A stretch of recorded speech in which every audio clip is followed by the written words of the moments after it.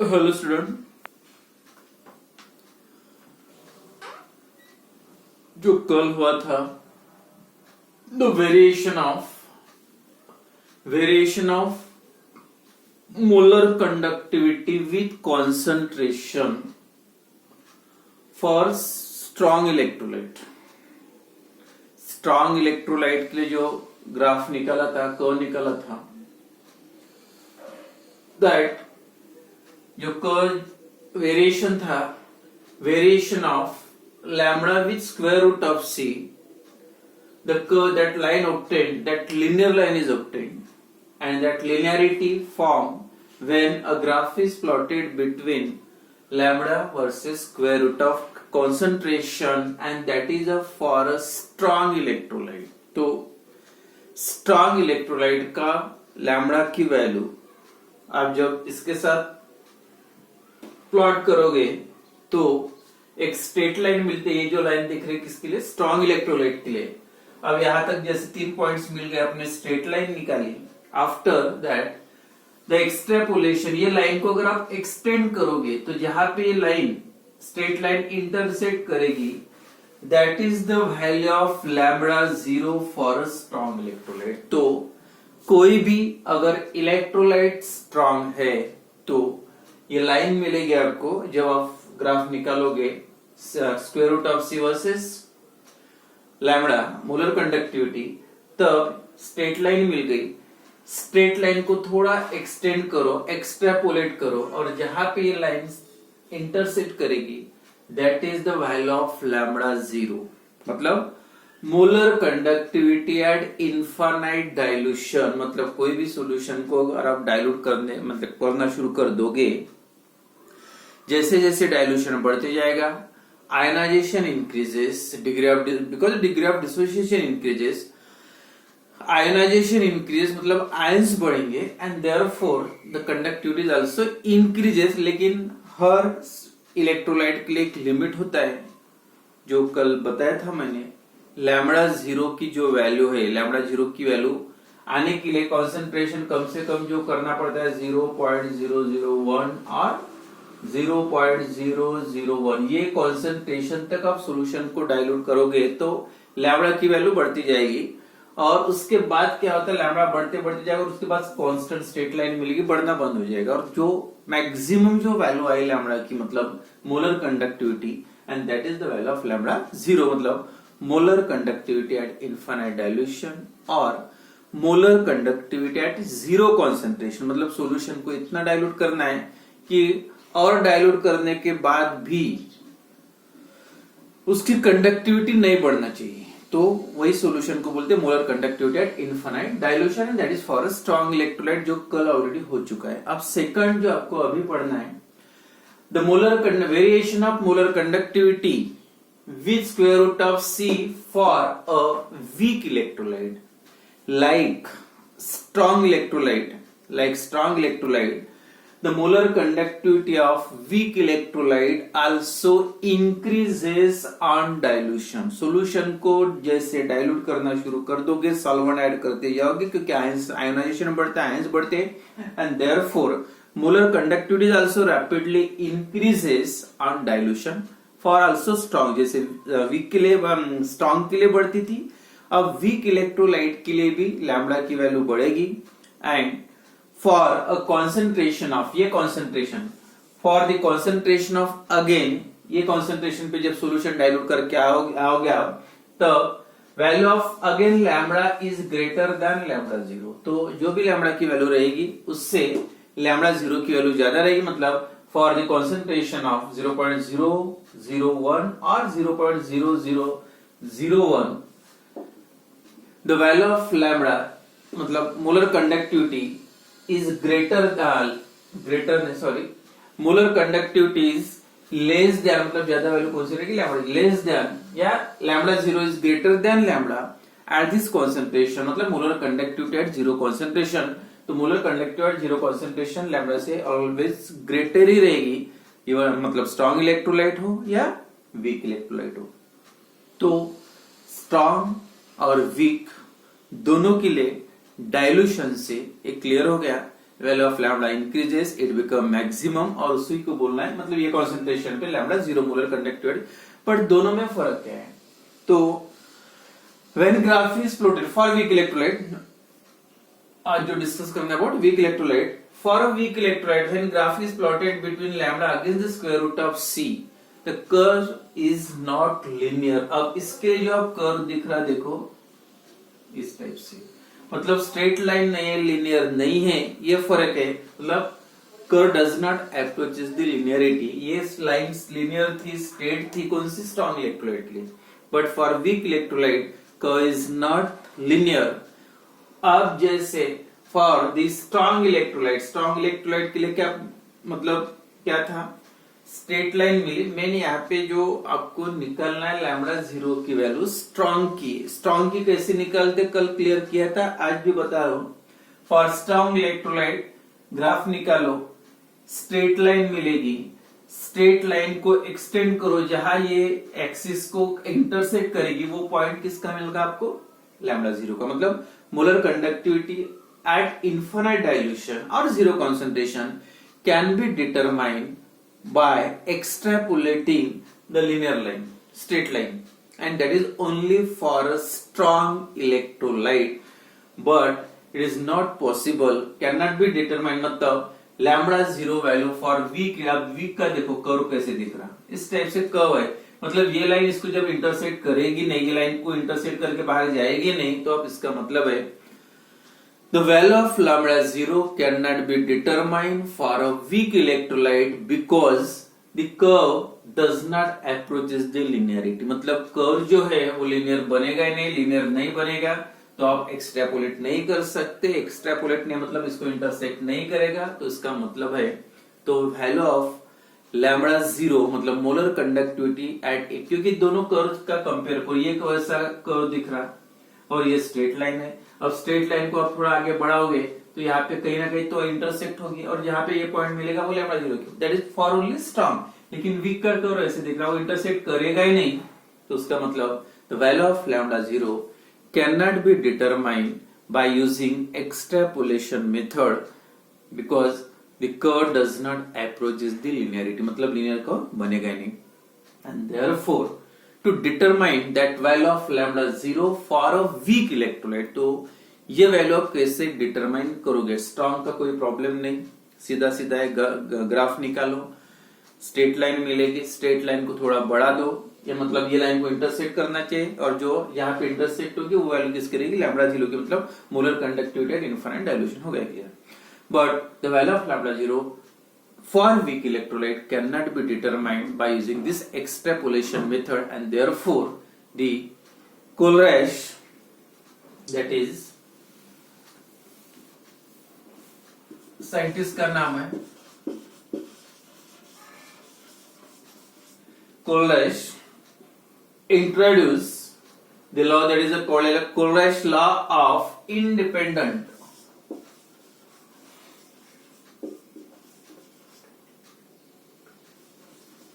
Kohlrausch law of independent migration of ions।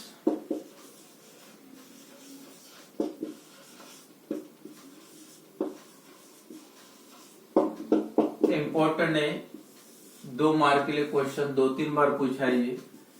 Kohlrausch law of independent migration of ions, तो ये introduce करने का मतलब ये है वीक इलेक्ट्रोलाइट के लिए, specially for weak electrolyte lambda 0 की वैल्यू आप निकाल नहीं सकते क्योंकि ये कर्व है, स्ट्रॉन्ग का ठीक है। तो वीक इलेक्ट्रोलाइट का भी लैम्डा 0 की वैल्यू आपको निकालते आना चाहिए, और ये जो काम किसने किया? कोलरैश ने, साइंटिस्ट का नाम है। तो ये जो इंपॉर्टेंट 2 मार्क के लिए स्टेट एंड एक्सप्लेन, कुछ मैंने बहुत ही सिंपल क्वेश्चन है, एक स्टेटमेंट लिखना है 2 लाइन का और एक इक्वेशन है, सिंगल इक्वेशन। तो इतना भी किए तो आपको 2 मार्क फुल मिल जाएगा। तो ये मेन लॉ जो इंट्रोड्यूस करने का मेन मतलब एम क्या है? To determine the value of lambda 0 for weak electrolyte which can not be determined by using extrapolation method. तो वीक इलेक्ट्रोलाइट की वैल्यू लैम्डा 0 की आप एक्सट्रापोलेशन मेथड से डिटरमाइन नहीं कर सकते, इसलिए जो डिटरमाइन करने के लिए ये लॉ इंट्रोड्यूस किया है, तो दैट इज क्या है? Kohlrausch's law of independent migration of ions. अब यहाँ पे देखो कंडक्टिविटी का शॉर्ट में पहले समझ मतलब आपको समझ में आ जाएगा तो पढ़ने में इजी जाएगा। बाकी तो कुछ भी नहीं, एक स्टेटमेंट लिखना है, 2 लाइन का एक लिखना है, लेकिन उसका स्टेटमेंट का मतलब क्या होता है? देखो कोई भी इलेक्ट्रोलाइटिक सॉल्यूशन हो, एक सॉल्यूशन है, इसमें आयंस प्रेजेंट है, कैटायंस एंड एनायंस। जब ये सॉल्यूशन में आप 2 रॉड डिप करोगे और बैटरी जो भी रहेगी, कितना कंडक्शन होगा? एक रॉड पे नेगेटिव चार्ज रहेगा, दूसरे पे पॉजिटिव, इतना यानी कितना कंडक्शन रहेगा, कितना करंट ज्यादा फ्लो होगा क्या इस पे? जैसे बैटरी स्टार्ट करोगे तो इसमें नेगेटिव चार्ज आएगा, उसमें पॉजिटिव। अब जैसे इसमें नेगेटिव आएगा तो ये पॉजिटिव चार्ज इसको तरफ जाते जाएगा और नेगेटिव चार्ज एक्सेप्ट करेगा, और जो नेगेटिव चार्ज पॉजिटिव की तरफ, मतलब ये नेगेटिव चार्ज का मतलब इलेक्ट्रॉन उसको नेगेटिव चार्ज देते जाएंगे, मतलब ये नेगेटिव चार्ज जा रहा है, उधर पॉजिटिव चार्ज जा रहा है, मतलब पॉजिटिव नेगेटिव इसको खींचेगा और इधर का इधर जाएगा, मतलब ये सर्किट कंप्लीट हो जाएगा। तो ये जो प्रोसेस है, और मतलब करंट फ्लो ना शुरू हो जाएगा, जैसे जैसे पॉजिटिव इधर जाएगा नेगेटिव प्रोसेस शुरू है। अब ये कितना पॉजिटिव चार्ज इधर नेगेटिव जाएगा, ये कितना पॉजिटिव चार्ज इधर जाएगा ये इलेक्ट्रोड की तरफ, और डिपेंड करता है सॉल्यूशन में आयंस कितने हैं। अब जितने ज्यादा आयंस रहेंगे उतने फास्ट जाएंगे, लेना देना शुरू रहेगा पॉजिटिव और नेगेटिव चार्ज का, और उतना करंट ज्यादा फ्लो होगा, मतलब कंडक्टिविटी ज्यादा होगी, कंडक्टेंस ज्यादा रहेगा। तो दैट डिपेंड्स ऑन सीधा सीधा concentration of ions present in the solution. अब इसमें क्या है, कौन से बेसिस पे ला देखो, जैसे इंडिपेंडेंट माइग्रेशन ऑफ, जो आयंस माइग्रेट होते हैं रिस्पेक्टिव इलेक्ट्रॉन की तरफ, तो उनका जो माइग्रेशन होता है वो इंडिपेंडेंट है। इंडिपेंडेंट का मतलब क्या है? जैसे एक ये सॉल्यूशन सपोज HCl का है, तो उसमें 2 आयन है, Cl नेगेटिव और H पॉजिटिव, ठीक है। 2 आयन कौन कौन से?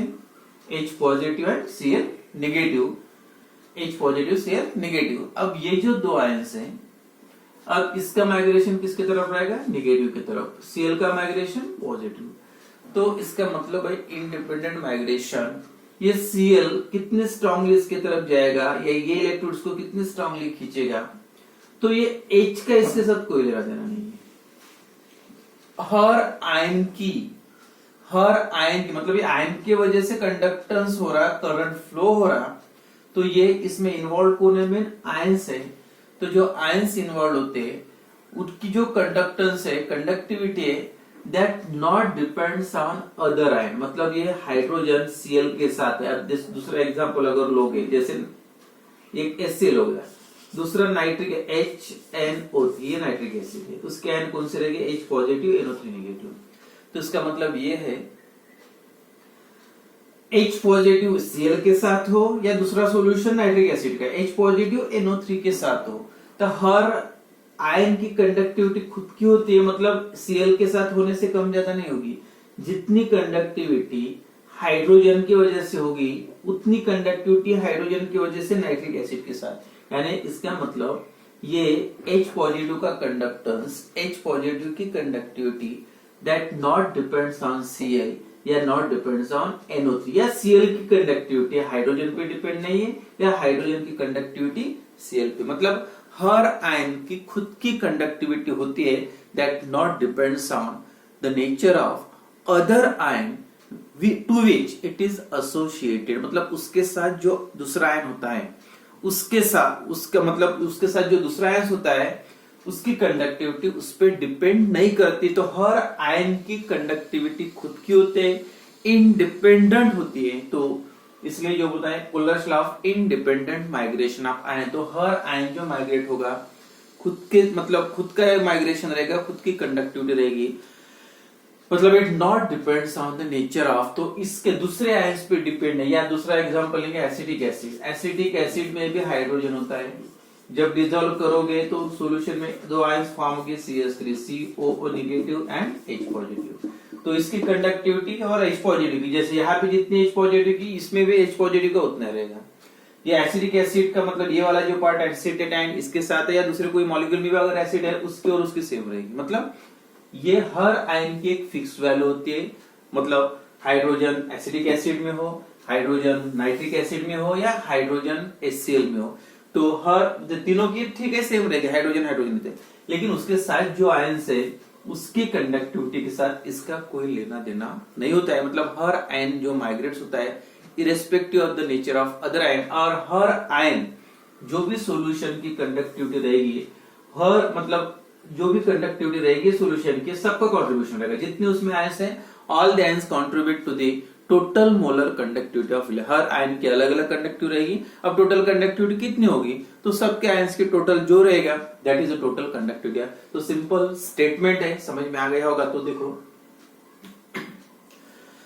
State this Kohlrausch's law state that at infinite dilution, infinite, और ये कब सब, जब सॉल्यूशन बहुत ही ज्यादा, इनफाइनाइट का मतलब डाइल्यूट करने के बाद जब कंडक्टिविटी बढ़ना बंद हो जाता है तो उसको बोलेंगे आप इनफाइनाइट डाइल्यूशन, और डाइल्यूशन एट जीरो कॉन्सेंट्रेशन भी बोल सकते हैं। तो at infinite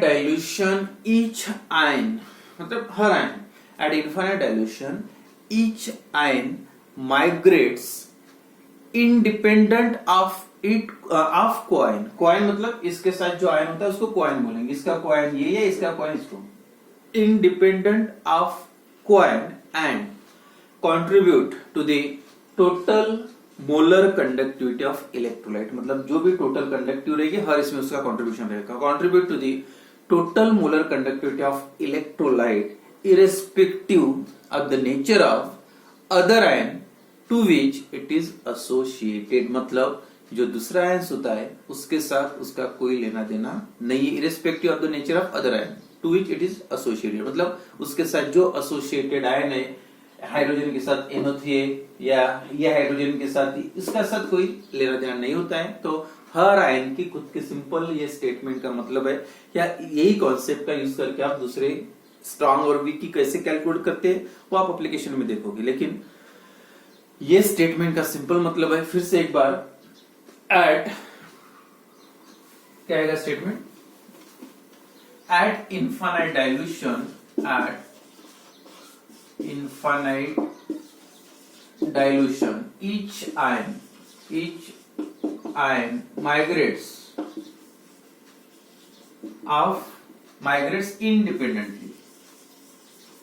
independently of co-ion and contributes to total molar conductivity of electrolyte, पूरे जो भी इलेक्ट्रोलाइट की कंडक्टिविटी है हर इसमें कंट्रीब्यूशन रहेगा, electrolyte irrespective of the nature of other ion to which it is associated, मतलब उसके साथ जो भी आयन होगा associated, to which it is at infinite dilution each ion migrates independent of its coion and contributes to the total molar conductivity of electrolyte irrespective of the nature of other ion to which it is associated। तो जो भी conductance रहेगा उसमें जितने भी ions होंगे सबका उसमें कंट्रीब्यूशन रहेगा। सपोज अगर एक कटायंस है और एक अनायंस है तो both the cations and anions contribute to the total molar conductivity of electrolytic solution at infinite dilution. Therefore the conductivity of solution becomes equal to, solution की कंडक्टिविटी कितना होना चाहिए, तो sum of the molar conductivity of cations and molar conductivity of anions at infinite dilution. तो therefore एक वो statement और ये फाइनल इक्वेशन एक ही लिखना है डायरेक्ट, यहाँ पे लिखना है n positive lambda zero of cation, मतलब मोलर कंडक्टिविटी ऑफ कटायन, जो भी कटायन रहेगा n पॉजिटिव Cl नेगेटिव तो cation, plus n negative lambda zero of अनायन, मतलब नेगेटिव आयन पॉजिटिव आयन। ये होगा इक्वेशन, सिंपल स्टेटमेंट लिखो और इक्वेशन। तो इसमें क्या क्या टर्म्स जो इन्वॉल्व है, ये क्या है molar conductivity at infinite dilution of solution electrolyte, मतलब पूरे सॉल्यूशन की कंडक्टिविटी कितनी होना चाहिए, तो सम ऑफ कटायन एंड अनायन। तो यहाँ पे जो दिख रहे n का मतलब क्या है, क्लिक है, तो ये हो गया total molar conductivity of electrolytic solution at infinite dilution. Second lambda 0 plus, मतलब lambda 0 plus it is a molar conductivity at infinite dilution for cation, molar conductivity at infinite dilution for anion. और ये यहाँ पे जो n positive और n negative लिख रहा मैं, that is the number of moles of that cation. जैसे रिएक्शन में कभी कभी दिख के आता है ZnCl2, तो यहाँ पे जो रिएक्शन लिखोगे एक कटायन है लेकिन अनायन कितने हो गए, दो Cl है, तो यहाँ पे निगेटिव की जगह भी n की वैल्यू कितनी हो जाएगी 2, लेकिन पॉजिटिव में एक ही दिख रहा है तो n की वैल्यू 1 ही रहेगी। तो number of moles of cations and anions, तो ये इक्वेशन सिंपल स्टेटमेंट और ये इक्वेशन एक बार statement. At infinite dilution each ions migrate independent of coin and contribute to the total molar conductivity of electrolyte irrespective of the nature of other ion to which it is associated। Last में ये equation लिखो, molar conductivity of solution is equal to sum of molar conductivity of cation and molar conductivity of anion at infinite dilution. फिर n का और मतलब तो समझ में आ गया, n पॉजिटिव मतलब number of moles of cation, n negative का मतलब होता नंबर ऑफ मोल्स ऑफ अनायन। तो नेक्स्ट क्लास में पढ़ेंगे उसका एप्लीकेशन, उसके प्रॉब्लम भी बहुत इजी है और इम्पोर्टेंट भी, बहुत प्रॉब्लम इजी आते हैं अगर पूछा तो कभी, ठीक है।